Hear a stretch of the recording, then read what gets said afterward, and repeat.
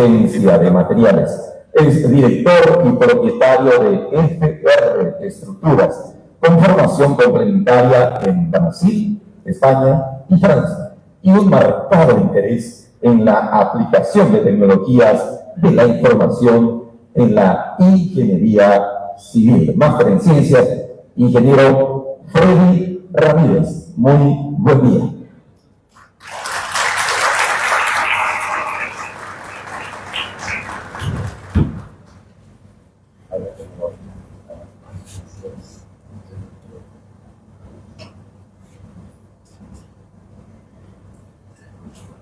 Muy buen día, ¿cómo están?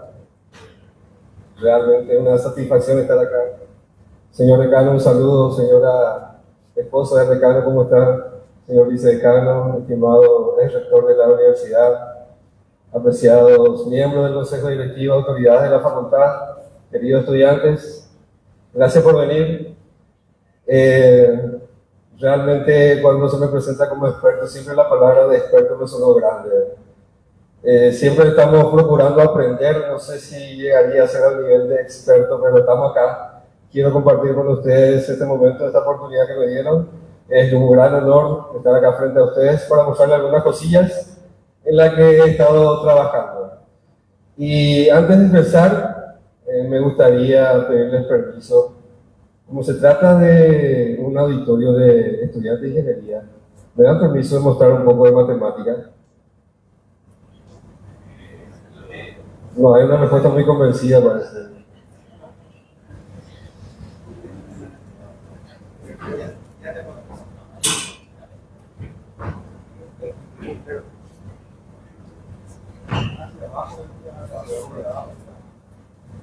Me dan permiso, repito, porque medio dubitativo a veces fue la respuesta. Un poco de matemática. Porque dice, incluso en los libros a veces que dicen que cuando pones una ecuación matemática se reduce en el 50% tus potenciales lectores, dicen los autores del libro. Y también en las presentaciones, también generalmente cuando se pone algo de matemática parece como que...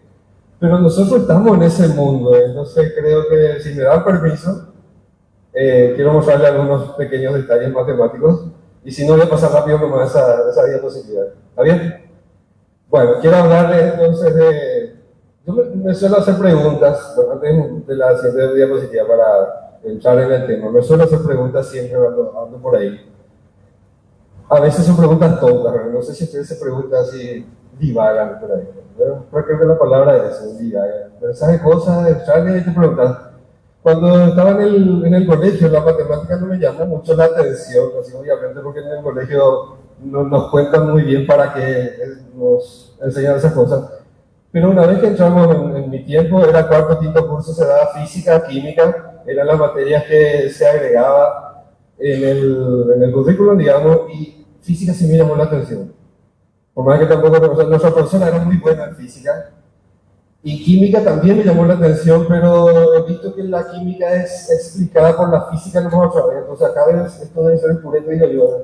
Porque si acá está la explicación de las cosas, a mí me interesaría conocer la explicación última de las cosas, incluso conocer cómo funciona el universo entero. Bueno, así de curioso serlo. Y en física, uno hace, por ejemplo, una de las primeras cosas que se enseña en física es movimiento rectilíneo uniforme y cosas así. No sé si les suena bien esos recuerdos o esas clases de física, ya digamos en la facultad misma, cuando uno estudia el movimiento de las cosas, el movimiento acelerado, etc. Todo lo que hacemos cuando estudiamos física. Cuando nosotros en nuestra vida cotidiana, la pregunta que yo me hago es que nosotros, cuando por ejemplo hacemos un análisis de física y va un auto, y un problema por ejemplo puede ser, se desacelera a cierta tasa, y cuánto tiempo le va a tomar en frenar todo, por ejemplo. Y cuando vamos a cruzar la calle, ¿cómo nosotros hacemos eso automáticamente? Yo me pregunto. Vamos a cruzar la calle, ¿y cómo sea el toque que voy a poder llegar a la otra vereda? ¿O tengo que esperar? Esa pregunta yo me hago, ¿será que nosotros en nuestra mente estamos resolviendo las ecuaciones físicas del movimiento, rectilíneo uniforme, aceleradas, ese tipo de cosas? ¿Ustedes no se preguntaron cosas así? O cuando vamos a agarrar algo, ahora voy a alzar mi celular, ¿cómo yo sé o cómo mi cerebro sabe, cómo calculamos cuánto exactamente la mano debe hacer la fuerza y la presión necesaria exacta que hay que darle como para levantar la cantidad que quiero levantar y hacer a voluntad lo que quiera hacer. ¿Será que estamos resolviendo? Todos sabemos que en física cuando estudiamos, por ejemplo, las ecuaciones de equilibrio estático, toda una serie de un montón. Imagínense modelar, por ejemplo, esto matemáticamente, dónde estaría su centro de gravedad y la presión de cada dedo encima del celular y dónde estará la resultante y la suma tiene que ser cero. ¿Será que hacemos eso normalmente cuando estamos sin darnos cuenta, digo yo, inconscientemente, cuando estamos nosotros haciendo las cosas que hacemos? Bueno, esa era una pregunta que ya me hacía cuando empezaba física en el colegio. Y yo no sé si ahora tengo la respuesta, pero después de 30 años más o menos se me ocurre una posible respuesta de cómo será que funciona nuestro cerebro para hacer ese tipo de cosas. Y me voy al caso sencillito, digamos, cómo habremos aprendido a cruzar la calle. Cómo sé al toque al mirar ahí que no me va a alcanzar el vehículo y voy a tener tiempo para cruzar la calle. Esta es una pregunta bastante sencilla sobre la que voy a empezar. Supongo que habremos aprendido con nuestra mamá eso. Cuando éramos chiquititos, mi hijo, o la mamá, el papá, o los dos, atendé que tengo que mirar los dos lados. No sé si ustedes recuerdan esos felices momentos de nuestra infancia. Ahora tenemos que, nosotros cuando somos pequeñitos, solo tenemos ímpetu de salir corriendo y nuestra mamá es la que nos decía, quédate, ahora vamos a cruzar, ahora no. Entonces, la pregunta es, que yo me hacía, ¿será que nosotros resolvemos este tipo de cosas cuando vamos a cruzar la calle? La mamá solamente nos va a enseñar, pero ¿será que nos enseña inconscientemente a resolver estas ecuaciones, por ejemplo?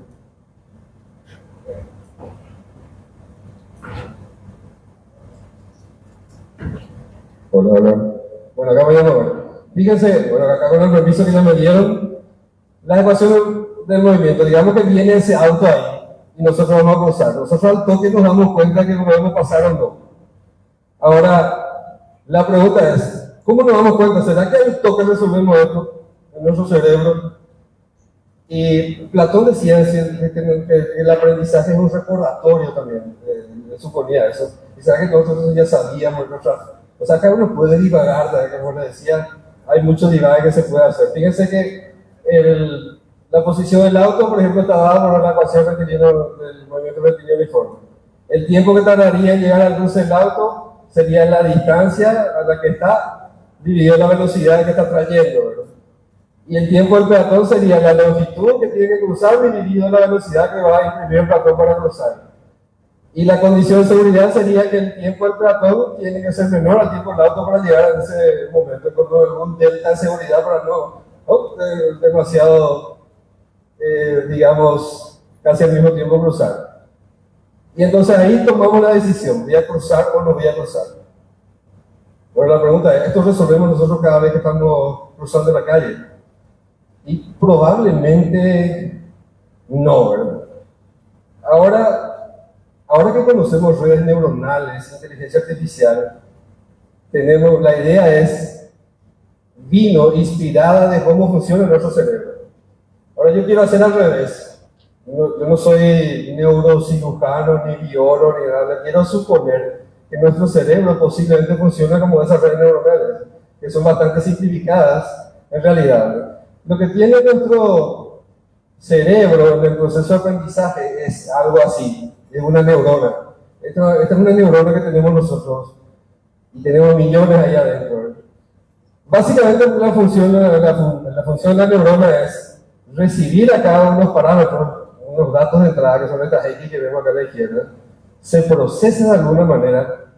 Ese procesamiento probablemente no es tampoco así números 3, 4, sino que ha de ser algún poquito de oxicilina, estoy diciendo cualquier cosa, que entra ahí un pequeño líquido de algo y se mezcla con un poquito de no sé qué, alguna otra cosa. Y ahí eso activa alguna pequeña corriente y le envía ahí de tantos milivoltios. Estoy diciendo cualquier cosa, pero supongo que más o menos algo de bioquímica debe haber ahí adentro. Bioquímica y impulsos eléctricos. Lo de impulso eléctrico es así como se va transmitiendo la información. Entonces se va procesando de alguna manera, mezclando pequeñas cosillas ahí, y se va transmitiendo después las salidas de esas I que están allá. Así básicamente funciona, o sea, Esto es, digamos, una neurona representada en este esquema. Y nosotros tenemos 100.000 millones de estos en nuestro cerebro. Hay algunas estimaciones que dicen 80.000 millones, pero digamos, el número clásico es 100.000 millones. Pero había sido nuestro cerebro es el más grande de todos. El cachalote, que es una ballena, tiene como cerebro 9 kilos pesa su cerebro. Yo pensaba también que cuanto más grande el cerebro, más inteligente, pero no es cierto, había sido eso. Porque gran parte por ejemplo, el caso del cachalote, que es la ballena enorme, tiene 50 toneladas también. Entonces casi todo su cerebro está ocupado para sus funciones corporales. En nuestro caso, por suerte, no todas nuestras neuronas se ocupan para nuestras funciones corporales. Sobran unas neuronas y por eso yo puedo hablarles, por ejemplo, y por eso ustedes me pueden entender, espero que sí. Por eso nosotros podemos pensar en cosas, podemos interpretar, por eso podemos ser seres humanos y ser distintos de los animales. Y algo también que quería mencionar, nosotros somos nuestro cerebro. Otra pregunta, quizás tonta que me suelo hacer, es que, ¿qué pasa si bajo 20 kilos de peso? ¿Será que voy a ser 20% menos yo? Porque yo soy ¿no? De repente, si soy flaquito, voy a ser menos. ¿Qué pasa de mí ahí? Porque yo soy y si algo de mí sale, ¿será que algo de mí yo también se va a ir? O yendo un poco más, ¿qué pasa si uno hace un trasplante de algún órgano, se le va algo ahí, o sigue siendo la misma persona, desde el punto de vista de la persona? Y sí, obviamente que si vos seguís siendo el mismo que la cita, que ya entramos en una cuestión filosófica, todavía no quiero hablar tampoco, ¿verdad? Pero el asunto es, a lo que quiero llegar es que nosotros somos nuestro cerebro. Cualquier cosa se nos puede sacar, o podemos trasplantar incluso, pero no el cerebro. O sea, si hay trasplante de cerebro, en realidad lo que hay trasplante es de cuerpo, porque vos sos tu cerebro. Entonces hay que inculcarle a nuestro cerebro, hay que cuidar a nuestro cerebro, porque nosotros somos nuestro cerebro. Cualquier otra cosa se puede trasplantar, reitero, pero no el cerebro, nosotros somos eso que está ahí. Y desde ahí manejamos todo nuestro cuerpo. Ahora, se le ocurrió a este muchacho, Rosenblatt, en un 1955, si no me equivoco, modelar esto mismo con algo matemático que está ahí. Donde hay unas entradas, como habíamos hablado recién, hay un proceso ahí de esas entradas y una salida. Es bastante simplificado, o sea, un montón de cosas más complicadas ocurren en la neurona biológica real.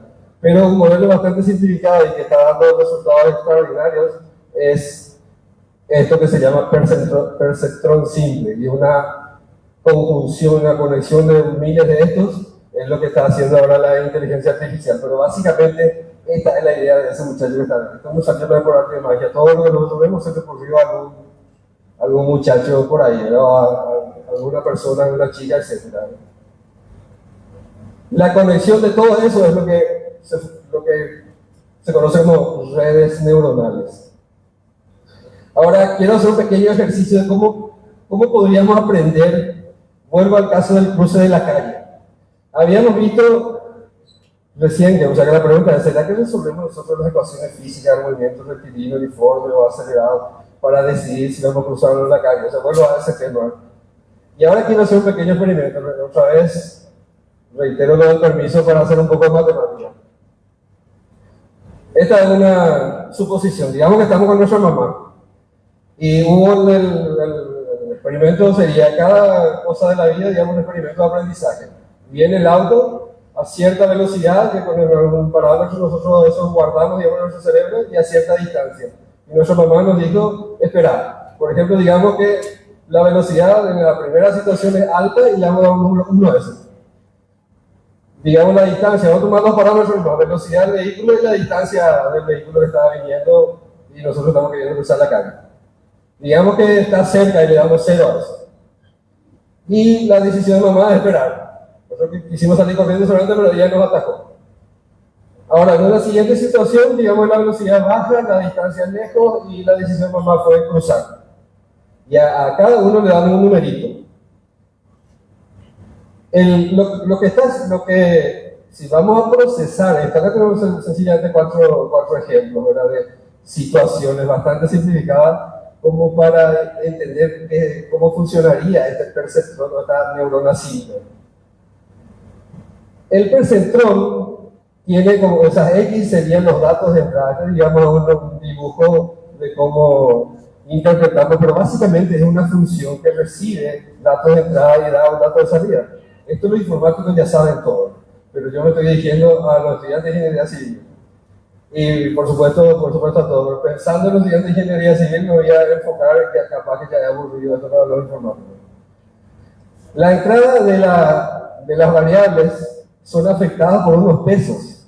Y en esa neurona y en el ciclo que está adentro se calcula una combinación lineal de esas variables. ¿Les suena lo de combinación lineal que escucharon en alguna materia?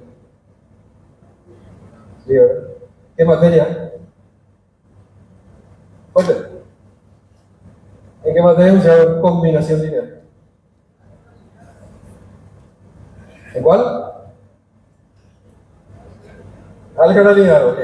Esa es una materia que hay que entender para esto. Hacemos el cálculo de esa z, combinando linealmente esa variable y le agregamos un parámetro que se llama bias. Después, ¿cómo podemos tomar una decisión? La decisión podría ser, esa función que está ahí, toma una decisión en función al valor que tiene ese z.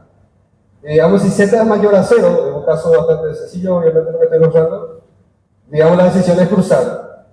O sea, si el número z calculado de esta manera sale positivo, vamos a cruzar. Y si el número sale negativo, vamos a esperar. ¿Se entiende la idea? El cálculo es bastante simple. Cada uno de esos valores que están ahí, se tiene la X1 y la X2, ¿y cuál es la decisión? En esta tabla, X1 y X2 son los datos de entrada. Y la decisión sería la Y de salida. La pregunta es, ¿cómo a partir de estos datos de entrada puedo tener un dato de salida que sea como mi mamá decidía? Entonces la función de activación sería, si es positiva vamos a cruzar y si es negativo vamos a esperar. Y calculamos el error. El error sería cuando me equivoco. Y una manera sencilla de calcular el error sería la diferencia entre lo que debería hacer y lo que te salió a vos. Tenía que haber esperado y decidiste cruzar. Eso, por ejemplo, es un error. La regla de aprendizaje sería esta. La regla de aprendizaje se trata de ir calibrando esos pesos de doble. Hay unas barritas que muestra como si fuese un ecualizador que va ajustando los valores de doble hasta que al final se logren resultados que se tienen ahí de acuerdo como decidió mamá, es decir, para que los errores se minimicen. ¿Me están siguiendo hasta acá? Ok, gracias. Ahora, este sería los cálculos. Bueno, y esta es la parte más dura de la presentación porque acá hay muchísimos números. A ver si... vamos a chutar, o sea, aleatoriamente, W, valores aleatorios. W1, W2, por ejemplo, 0,201. Y el bias, menos 0,1. Y hay una tasa de aprendizaje, por ejemplo, 0,1. La tasa de aprendizaje era para poder calibrar esos pesos que están ahí en la regla de aprendizaje, ese que está bien brutal. Entonces, digamos, la situación 1, la entrada era velocidad alta y la distancia cerca. Entonces hacemos el cálculo de z. Salió 0,1. Calculamos el error. El error no es 0, es decir, la decisión es equivocada. El niño quiso cruzar, pero mamá dijo espera. Entonces, ok, el niño ahí va aprendiendo, digamos, inconscientemente. Entonces se actualizan los pesos en función de esa tasa de aprendizaje que vimos recién. Los nuevos pesos tienen que ser, de acuerdo a esa formulita, estos números que están acá. Después de la siguiente situación ya con estos nuevos pesos. Y de vuelta tenemos otro cruce de calle en donde tenemos una baja velocidad, una distancia alejada, hacemos otra vez los números y otra vez me equivoqué. O sea que el niño, el error ahí, entonces ven ahí a la derecha, es otra vez, no es 0, es 1. Entonces se convirtió de vuelta en un error, por lo que el niño, en este caso, esperó, pero mamá dijo cruzar, vamos a cruzar, y él quiso esperar. Y así, se ajusta de nuevo en función a este error, se propaga otra vez ese error, se ajustan los pesos para tener nuevos pesos y así hacer nuevos cálculos. Supongamos que se sigue así y llegamos a estos pesos y ocurre otra vez, ahora el niño ya está solo. Y ocurre otra vez el caso de que el auto viene rápido y está cerca. En la primera situación se cometió un error. Pero con estos nuevos pesos, ahora Z ya sale negativo. Como ahora Z sale negativo, la decisión es esperar, porque ese era nuestro criterio de decisión. ¿Se entiende la idea general? La idea general es que a partir de experiencia se van ajustando esos pesos hasta que los pesos finalmente me den el resultado correcto. Entonces ahora el niño aprendió, por lo menos para esta situación. Es decir, la cantidad de experiencia o la cantidad de datos que uno va teniendo va ajustando esos pesos para cometer menos errores y por supuesto entonces aumentar los aciertos. Ok, ¿y qué tiene que ver todo esto con ingeniería civil? Sí, ingeniería civil supuestamente estamos hablando, ¿no?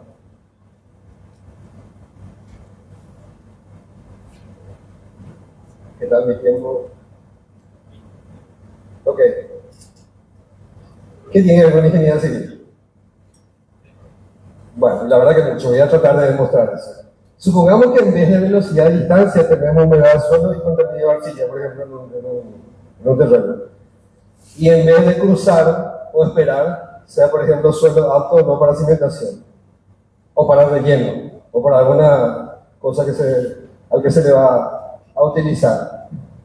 Otra entrada, por ejemplo, podría ser cantidad de cemento en relación a más cemento y la salida de resistencia del hormigón. Ahora la pregunta que me hago a partir de estas cosas es: ¿puede una máquina aprender a dimensionar, por ejemplo, estructura de hormigón armado? ¿Podríamos tener una idea de la salud de la estructura a partir de una imagen solamente de ella? ¿Se podría conocer la cuantía de armadura, por ejemplo, sin mirar dentro de una viga, sin tener que romper a esa viga? ¿Se podría detectar, por ejemplo, fisuras o fallas automáticamente? Esas son las preguntas. O sea, ¿hasta qué punto podemos explotar esto como para responder a este tipo de preguntas? Esto también, digamos, es inspirado en lo de la salud de la estructura. Es porque se usa mucho, por ejemplo, imágenes para la salud de la persona. Una vez me llamó muchísimo la atención un video de un estudiante del MIT. Grabaron un video de una persona, aparentemente ahí no pasa nada, pero después amplifican la intensidad de los rojos y pueden pillar cuando está pasando la sangre por la cara, por el rostro de la persona, porque a medida que pasa la sangre hay un flujo, cruza y después disminuye el rojo. Entonces cuando está la sangre por ahí aumenta el rojo. Y eso por supuesto a simple vista no se nota, pero uno puede amplificar la intensidad del rojo a partir de un video, haciendo con un software, y podemos ver por ejemplo la frecuencia cardíaca a partir de eso. Y un montón de cosas, y eso para mí fue un wow. ¿Será que nosotros sacando imágenes también de una viga o cosas así, que podemos saber de la viga solamente mirándole a la viga? Ese tipo de cosas. Entonces me puse a hacer un experimento. A esta parte se le llama Machine Learning, que sería el aprendizaje de máquina aplicado a vigas de hormigón armado. Bueno, una manera es, entonces nosotros necesitamos datos de entrada y datos de salida. Una manera es medir un montón de vigas. Por ejemplo, ver cuánto aguanta la viga haciendo roturas, por ejemplo, de esas vigas.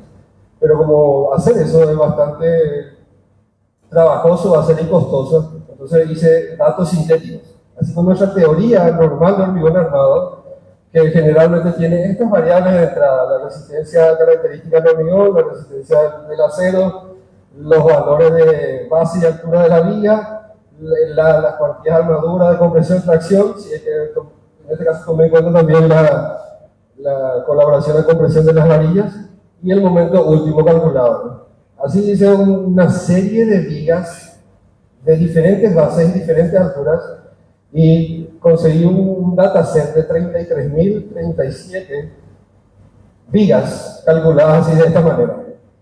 Entonces acá en este caso tenemos 6 datos de entrada y un dato de salida. Los datos de entrada serían las variables que ayudan a calcular el momento último de la viga. Y en este caso la red neuronal es un poco más compleja que la que vimos recién, obviamente. Y se necesitó más una capa oculta, por ejemplo, que es como la que se muestra ahí. O sea, más o menos el esquema es así. Y acá se puede, ya con esto analizamos todas las cosas. Por ejemplo, algo que me llamó bastante la atención, en promedio, ¿qué pasa si el porcentaje de disminución del momento último, cuando cada variable independiente disminuye un 10%?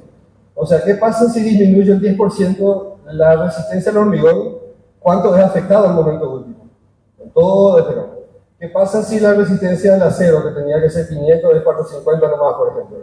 Y así, cada variable disminuyendo un 10%, ¿qué tanto afecta a la capacidad resistente de la viga finalmente? Y los resultados que encontré después de todo esto es el siguiente, ¿verdad? El que más importa es la resistencia del acero. O sea, si el acero disminuye un 10%, la capacidad de la viga disminuye 8,8%. Pero me llamó también mucho la atención, a veces somos muy delicados con el hormigón, pero había sido, si 10% disminuye la resistencia del hormigón, 0,71% nomás disminuye la resistencia de la viga, en promedio. Y así, si la base tenía que ser 20 centímetros y es 18 centímetros nomás, por ejemplo, así en promedio, usando todo este dataset, la resistencia última de la viga, manteniendo todos los demás parámetros constantes, disminuye 1,25%, etc. Ahí es la tabla que se muestra ahí. Bueno, lo mismo con hacer flechas, por ejemplo. El cálculo de flechas de vigas es bastante complejo, digamos, cuando se trata de hormigón armado. Incluso las normas muestran todo un proceso que tiene que ver con la edad del hormigón, no sé, es medio complicada para resolver. Acá está hecha. Yo hice el dataset que le mostré recién y hice el cálculo usando un concepto que se conoce como diagrama de momento curvatura, que es este que está aquí, donde se relaciona el momento vector resistente de la viga con la curvatura que va teniendo, a partir de esa famosa ecuación de la línea elástica también. Haciendo todo este análisis, se llega, por ejemplo, para un caso así, de una viga centralmente apoyada, unas flechas, o sea, un diagrama, una línea elástica, que es la que se muestra acá en este último diagrama. La línea entrecortada es lo que nos daría la resistencia a materiales. O sea, la teoría normal de resistencia a materiales reduce esa línea roja entrecortada. Pero haciendo con esta teoría más elaborada, la real deformación o deformada de la viga, esa que está en azul, o sea, bastante mayor. El proceso es muy, diría yo, no lineal. O sea, nosotros podemos hacer el camino, dadas las cargas y las resistencias, las características del hormigón, cuál es la fecha, podemos calcular. Pero al revés, al menos yo no conozco cómo hacer. Dada la flecha, cuál ha de ser la resistencia del hormigón, por ejemplo. Entonces esa pregunta también me hago, ¿será que podemos nosotros medir la flecha y sabiendo las demás cosas puedo deducir cuál ha de ser la resistencia del hormigón? Y por lo menos en teoría sí. Por lo menos en teoría sí. Ahora como la deformación es bastante pequeñita nomás, en la práctica habría que buscar algún mecanismo de aumentar esa medición, porque también no siempre la base de la viga es perfectamente horizontal, etc. Pero por lo menos hay un camino, por lo menos podríamos, por lo menos en teoría, pero se podría lograr eso. Entonces, haciendo un cálculo de vuelta con todos esos parámetros, generé de nuevo un dataset de 2628 datos donde se tiene la relación de un montón de vigas con un montón de carga de seguridad y cuáles serían sus flechas. Entonces, a partir de acá, podríamos, por lo menos en teoría, reitero, responder. Y ahí ya voy a lo que quería guiar. Por ejemplo, ¿qué pasa si una imagen que puedo saber yo de la salud de la estructura?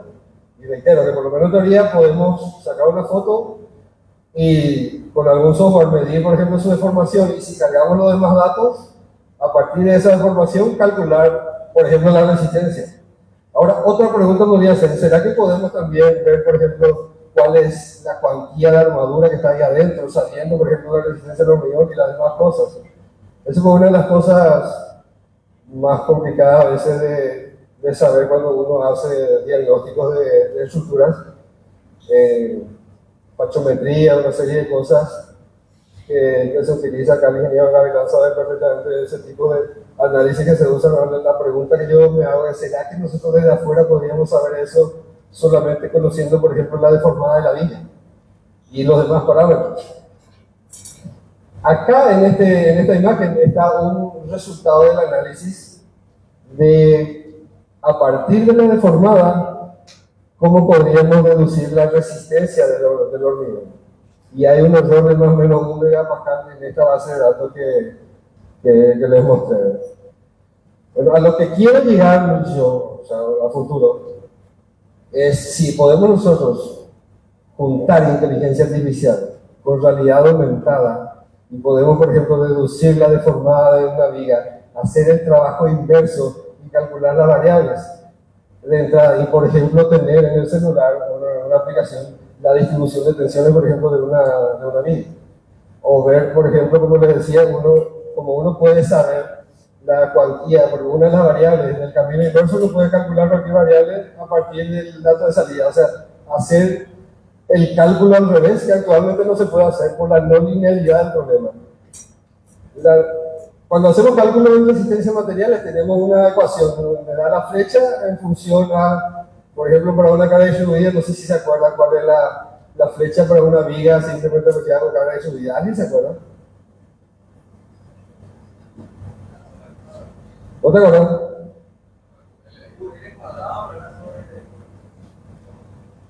Sí. No. La flecha para una vía simplemente apoyada con carga distribuida. Uniforme.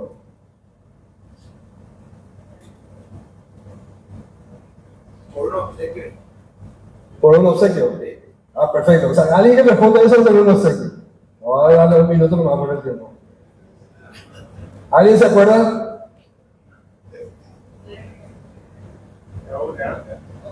No se vale googlear.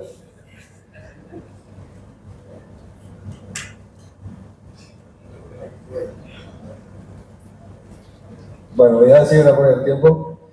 Es 5 sobre 384 QL cuarta sobre EI.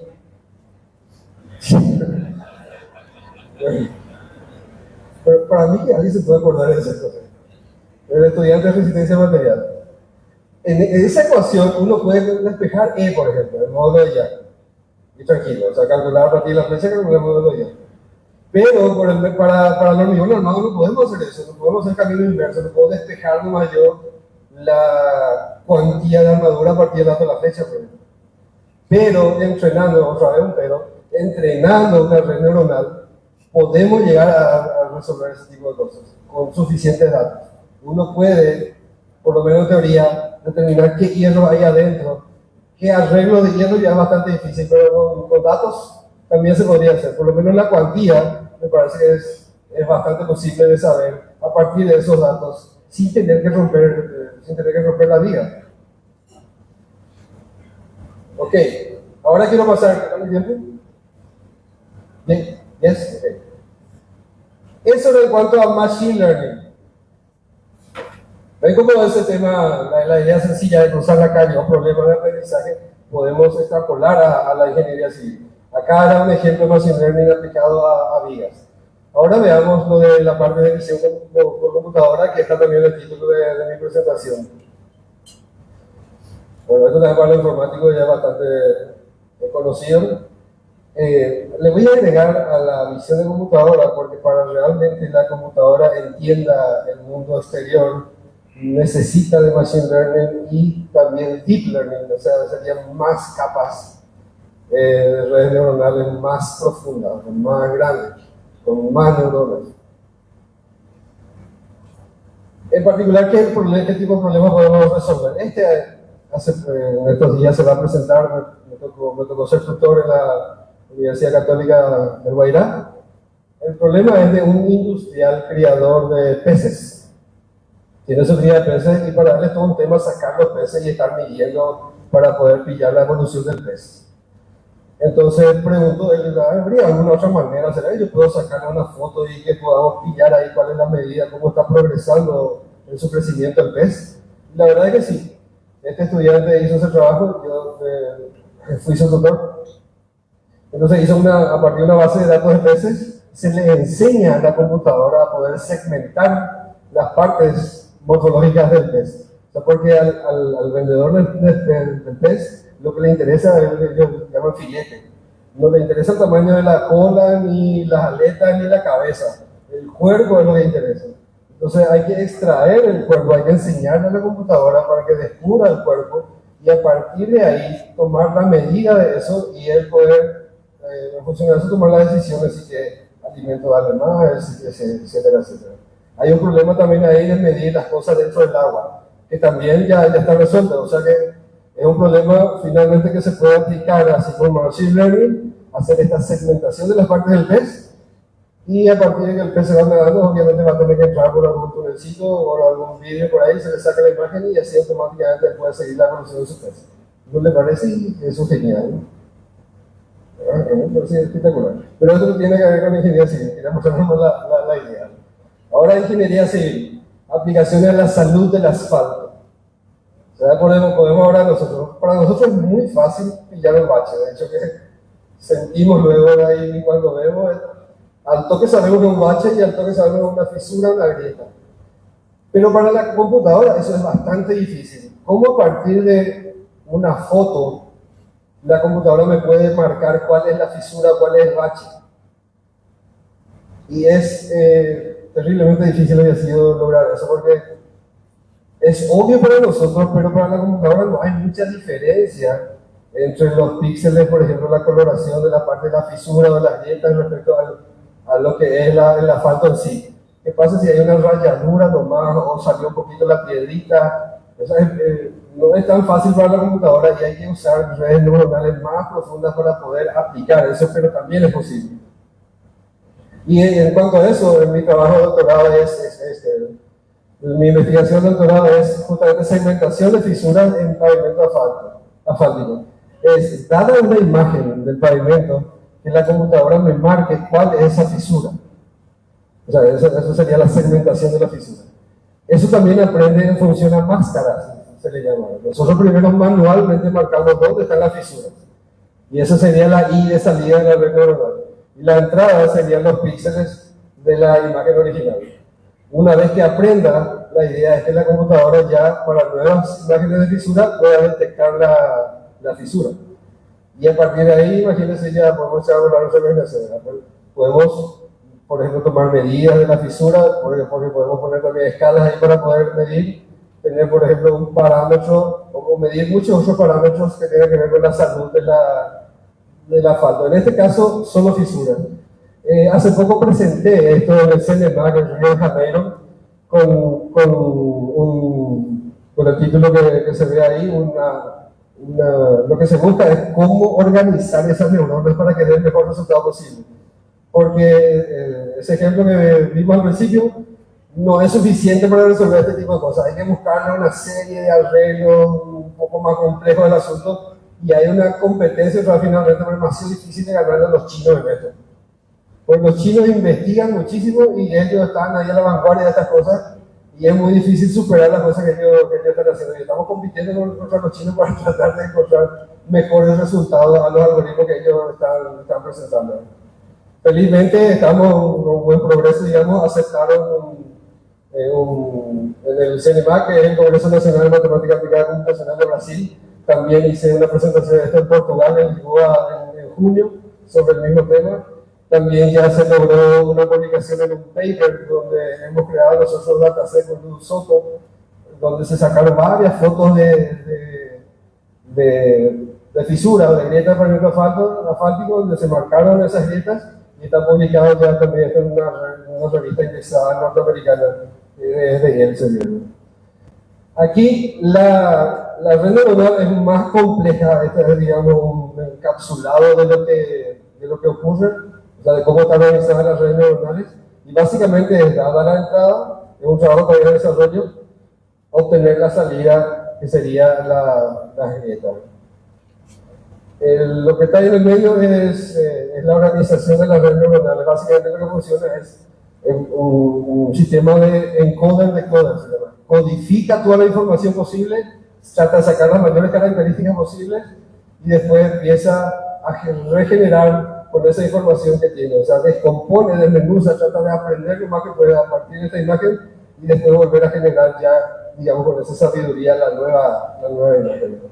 Y estos son mis parámetros, digamos, actuales con diferentes métricas para ver qué tan bueno es el resultado de estos algoritmos.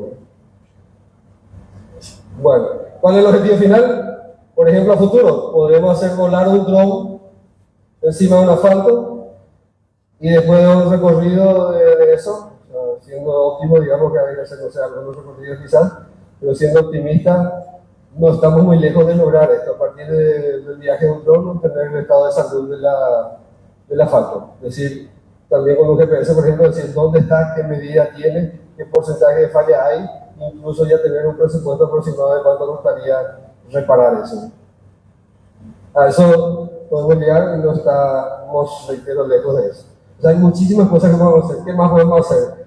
Gestión y supervisión de obras, inspección y mantenimiento de infraestructura. Acá lo menciono a nosotros porque ella estuvo trabajando también con nosotros en una tesis presentada ya también sobre eso. Ingeniería de transporte y tráfico. Podemos detectar, por ejemplo, actualmente las tesis, cuando se va a hacer, por ejemplo, dimensionamiento de pavimento, los muchachos se van y cuentan los autos. Se colocan en la esquina, ahí está una tesis por esa. Tenía que estar contando cuánto gira, qué clase es, y todo un show de hacer eso. Eso se puede automatizar también, porque ya ya hay tecnologías como para poder detectar los tipos de vehículos y hacer el conteo automático de esas cosas. Geotecnia y topografía, fotogrametría, identificación de suelos, caracterización de suelos, monitoreo y salud estructural. Acá, por ejemplo, también las tesis de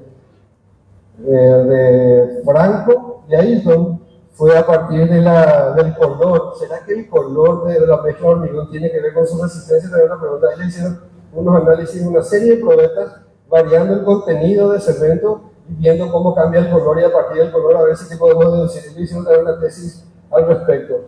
Planos automáticos también. Una tesis de Marco Flores con Kevin fue bastante interesante porque incluso ellos hicieron un bot en Telegram donde se podría hacer un croquis de planos a mano y se pasa directamente por la red neuronal y te convierte en un DWG, en automático ese croquis a mano, incluso identificando esto, una pared, una puerta, etc. O sea, espectacular el montón de cosas que podemos hacer, hay muchísimas oportunidades acá y todo esto son herramientas poderosas, pero su verdadero valor emerge cuando un ingeniero la convierte en solución. Y ahí ese mensaje les quiero dejar, ojalá les quede la curiosidad, investiguen un poco de eso y si a alguien le gusta pueda generar nuevas cosas que puedan transformar y mejorar nuestra región, nuestro país y, por qué no, el mundo. Muchísimas gracias.